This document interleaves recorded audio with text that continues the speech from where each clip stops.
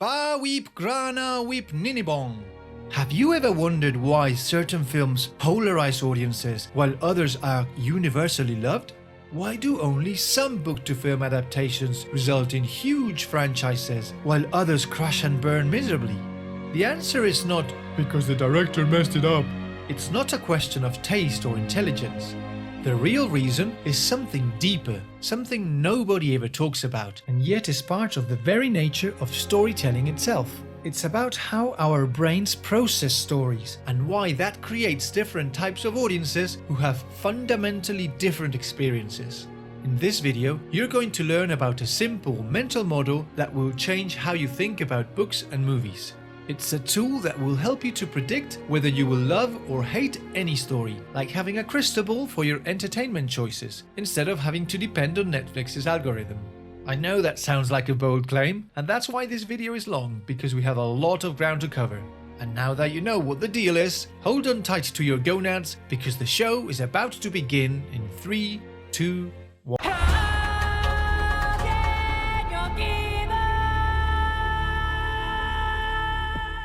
Like all the ones we've done so far in the channel, this is a video about dissecting stories, be they in books or films, so that we can learn about writing and storytelling in general. But of course, the journey of mastering any craft is an arduous one, and it can sometimes be dry and boring, just like the 2 fucking years of Latin I had to do in school.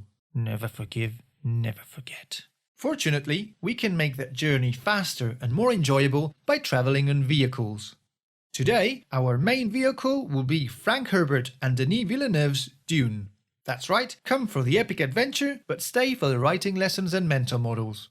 So let's dive right in. When the recent Dune films hit the screens, there was a very interesting discussion raging across the internet about whether they were masterpieces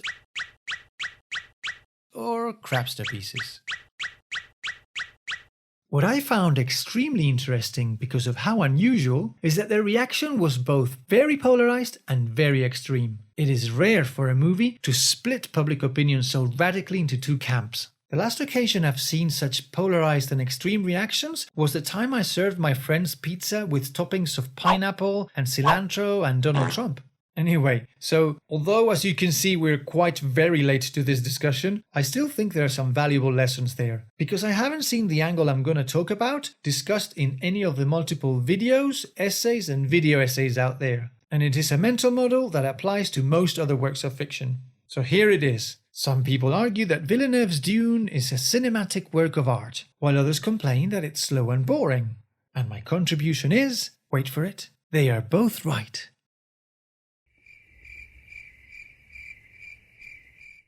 What, you're still here? That was it? There's no more?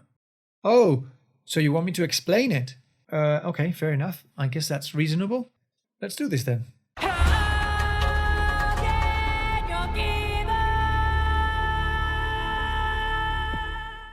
Okay, so let's try again.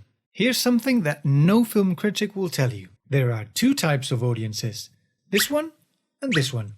Yep, you heard that right. And the reason is that the film-going experience has 2 aspects to it. This one and this one. And in the case of Dune, both camps are right because they each focus exclusively on one of the 2 parts while completely ignoring the other. Specifically, those who love the films focus on this one here, whereas those who got bored focus on this other one here. And that, my gentle audience, is the reason why, after watching Dune, some people came out of the cinema like this, while others were more like, yay. The thing is that these 2 aspects are completely unrelated and independent of each other. And although in most films out there they tend to be relatively balanced, in the specific case of DV's Dune, they are more out of whack than the Kardashians' fame and their actual accomplishments. By this point I can hear you thinking, what are those 2 elements? Well, I'm afraid I can't tell you just yet. I swear I'm not clickbaiting you. It's just that first we need to take a little detour to lay down some groundwork before we can return and wrap it all up in a way that makes sense. Until then, we're just going to put it over here in the corner so you won't forget about it. Now for this next bit, we're going to use a little visual metaphor so that, like any good storyteller should do, I can show you at the same time as I explain. Let's say you normally enjoy running races with your buddies, I guess if you were born before smartphones. And then one day you come across a pool and your mate Billy, the one we all have with all the bad ideas, comes up with an idea. Hey guys, racing on land is fun. How about we do a race in water? And so, like the young idiots that you are, you jump in, but instead of swimming, you run along the bottom of the pool. Yeah, that's right, just like you would run on land, but in the water. Wait, what? No, you wouldn't do that, would you? Of course not, because it would be clumsy, awkward, and not much fun to watch. If there were anyone watching, that is. Instead, you would adapt to this different medium and swim instead of running. And by now, you're probably thinking, what the fuck is he on about? Well, for those of you who haven't guessed already, this is it. That race is the story that you're trying to tell, and the land and the pool are books and films. Yep, that's right. The point I'm subtly trying to make is that books and films are different. I know. Your mind is blown. But bear with me for a moment longer because I promise you've never heard what comes next.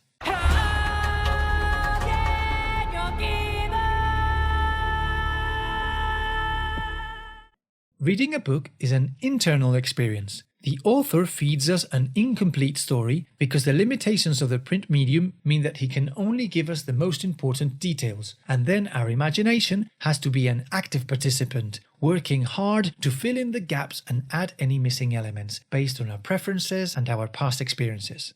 In contrast, cinema is an external medium. It is based on perceiving information via our eyes and ears. For that reason, it is a completed product, because everything that happens on the screen has been decided in advance by the director, since he had to choose how he will present the story so it can be transmitted into our brains audiovisually. And for that reason, we are passive receivers, because the events in the story occur entirely outside our skulls, separately and independently from us.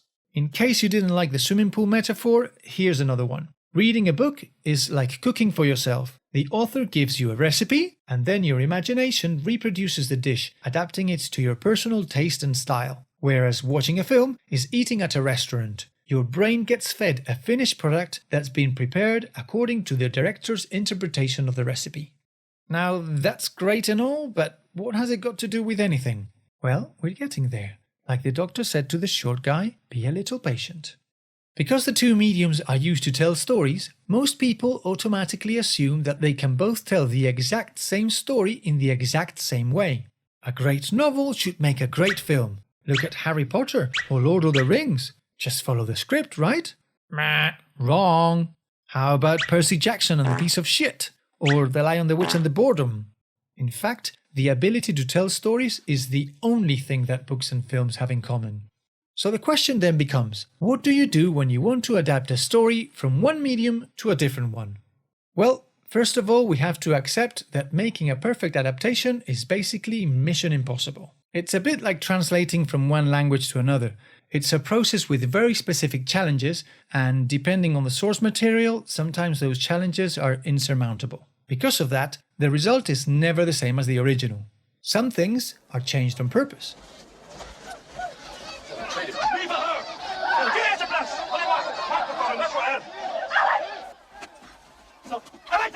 I am the Long Carabine! My death is a great honor to the Hurons. Take me! You tell him? Yes. Yeah, she's right, Donna.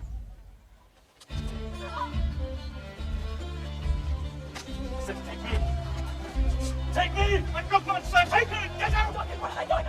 Occasionally, the adaptation improves some elements of the original.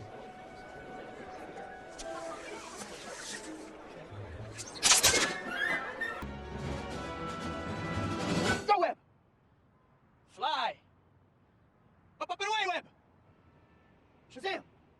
Go! Go! Go, Webb!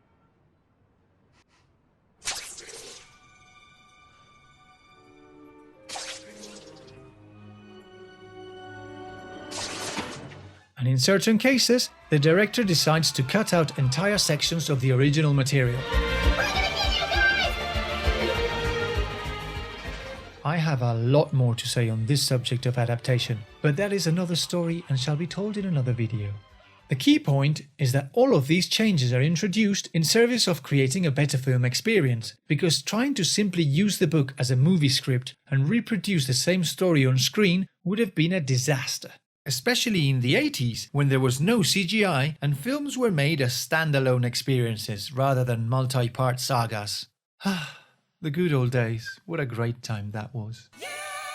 Now, just to be clear, I am not saying that books are better than films. What I'm saying is that each medium has its own specific strengths and weaknesses, which make it more suited to telling certain types of stories rather than others.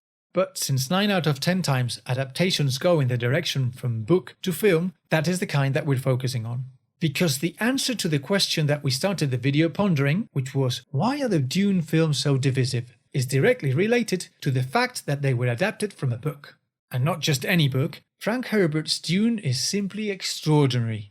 If you don't agree, well, you're wrong, and we're not going to waste any time debating it. Part of the reason why Dune is such a masterpiece is because Herbert capitalized on several of the main strengths of the written medium. The list of those strengths is longer than the bribery charges against FIFA, so we'll just mention some of them briefly. Omniscient narration.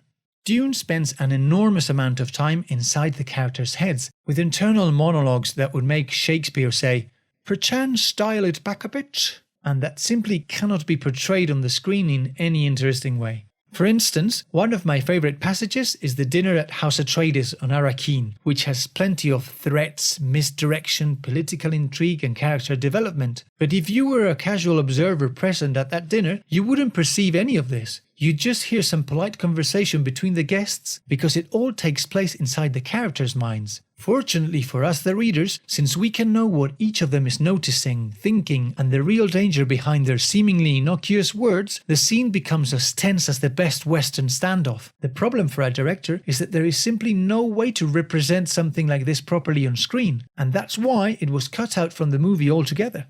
Exposition. This is a necessary evil in all narrative works, and even more so in sci-fi. But at least a book has multiple ways of approaching it, which makes it less dull and can even be used to develop characters and add tension by foreshadowing events. One of the forms this adopts in the book is an intro to each chapter written by a mysterious Princess Irulan, who somehow has an extensive and intimate knowledge of Paul's life, but who we don't meet until the very end, when she gains a very prominent role, and then it all falls into place beautifully.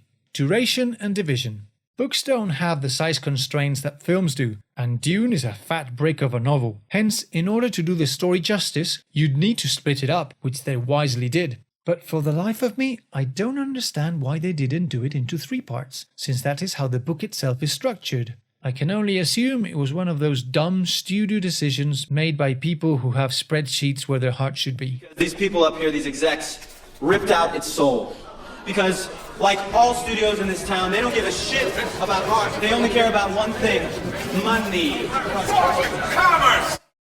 Unfortunately for Hollywood in general and Dune in particular, many of those strengths of the written medium happen to be the exact same ones that cannot be translated well to cinema. In fact, that is why it was always said of Dune that it was impossible to adapt to the big screen. Of course, after hearing that statement, there's always bound to be a Canadian director who will say, "Oh yeah? Hold my beer." And the polarizing result is what brought us here.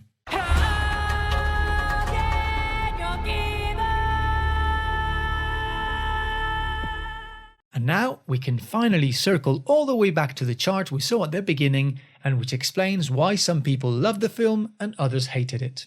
Let's bring it back. As we said, the difference between these two sides is how the audience experienced the film. Because the key issue here is that the audience is not one homogeneous entity with a very clear-cut taste. Rather, there are 2 main types of cinema-goers. The first type approach films as a sensory experience. For them, it's all about the audio-visual. We'll call these the thrill seekers. Thrill seekers receive the film as information that reaches their brain through their point of view. They mentally teleport themselves into the movie and then feel how they would experience the situation. They become immersed within the story as if it were happening to them, and so they are not overly concerned with the characters. For them, it's not a problem if there's no character development, and they don't particularly care if the protagonist loves or murders someone. In the specific case of Dune, these people will be in cinematic nirvana, fascinated by the sensory journey to another reality that the film provides. Scenes like the Colosseum in Giedi Prime will make them salivate, as will the chance to travel across a boundless desert on the back of a giant sandworm, or live through a space battle without having to risk their own lives. As an extremely crude reference, these are also the people who are most likely to enjoy traveling abroad, trying new activities, etc. In contrast, we have a second type of audience, comprised by people who enjoy movies on an emotional level. Let's call these the feel seekers. Feel seekers enjoy films in which they can connect with the story on an emotional level, and the interface for that connection are the characters. If they are well developed, these viewers will empathize with them and share in their experiences. To the feel seekers, as long as the characters and their relationships are compelling, it will make no difference if they are portrayed by sock puppets, and they certainly won't remember or give a shit whether they live on the planet Arrakis or Tatooine or Krypton. Again, as an extremely crude reference, these are the people most likely to enjoy an evening of conversation with one or two friends over a glass of wine. But in fact, this division into two clear-cut categories is a bit misleading because, as in most things in a human analog life, each of them is more of a spectrum. We are, after all, apes, not apps. So let's fix it. Okay, that's better. And now we can take this concept one step further by combining those spectra. If we put the audiovisual aspect on this axis and the emotional aspect on this one, we get a thrill versus feel grid that we can use as a tool to measure the emotional versus experiential impact of a movie. I call this the film compass. Let me show you why. Let's add a few examples so you can see what I mean. Okay, and this one here. And you here, and here, and you. Oh, you're definitely here. No, here, and you go here, and this. Okay, here, and you're definitely here, and this, this one here, and this. Okay. Now, you may not agree with where I placed some of these examples, but I'm willing to bet that if you use it according to your own criteria, you'll end up with most of the films that you like in one quadrant and most of the ones that you don't in the opposite one. That will tell you, first of all, the type of audience that you are, and secondly, it will predict what type of films you enjoy, so that you can choose similar ones in the future. Evidently, and ideally, a film will have both elements in order to attract both kinds of audiences. And at this point, I could have gone with any of a truckload of possible examples, but since the Dune novel at least partly inspired Star Wars, I cannot think of a good reason not to follow along the golden path that fate has marked out so clearly for my contention, and therefore, Star Wars it is. So, as we were saying, that's exactly why the first Star Wars trilogy was such an incredible success back in the 70s and 80s and still holds up perfectly well today, because it resonates with everyone. Whereas the recent trilogy is more like a piece of dog shit that vomited on a dead rat. I'm sure you remember the original trilogy. It's an amazing audio-visual spectacle, with exciting action, brilliant special effects, and an unforgettable score.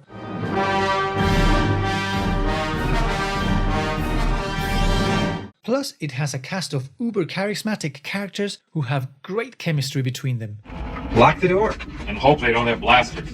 That isn't very reassuring. So everyone who watches it enjoys their pants off with lightsaber duels, X-wing raids and hyperspace jumps, while also wishing they could discover that they are a super special individual like Luke,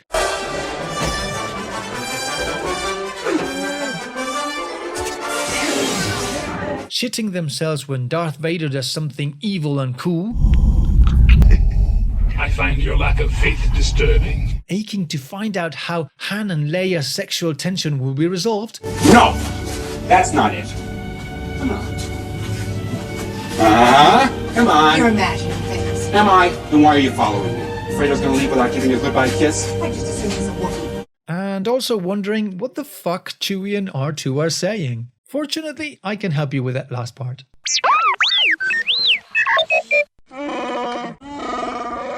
Okay, let's do this then. Jeez.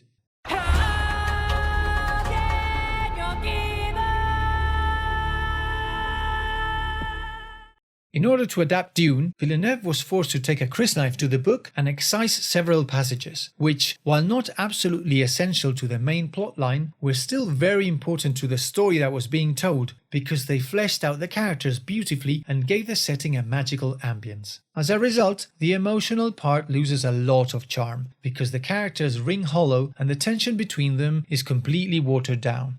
As it turns out, once the interpersonal conflict between the characters has been either lessened or removed altogether, the emotional experience of living in a desert is not overly exciting. Who would have guessed?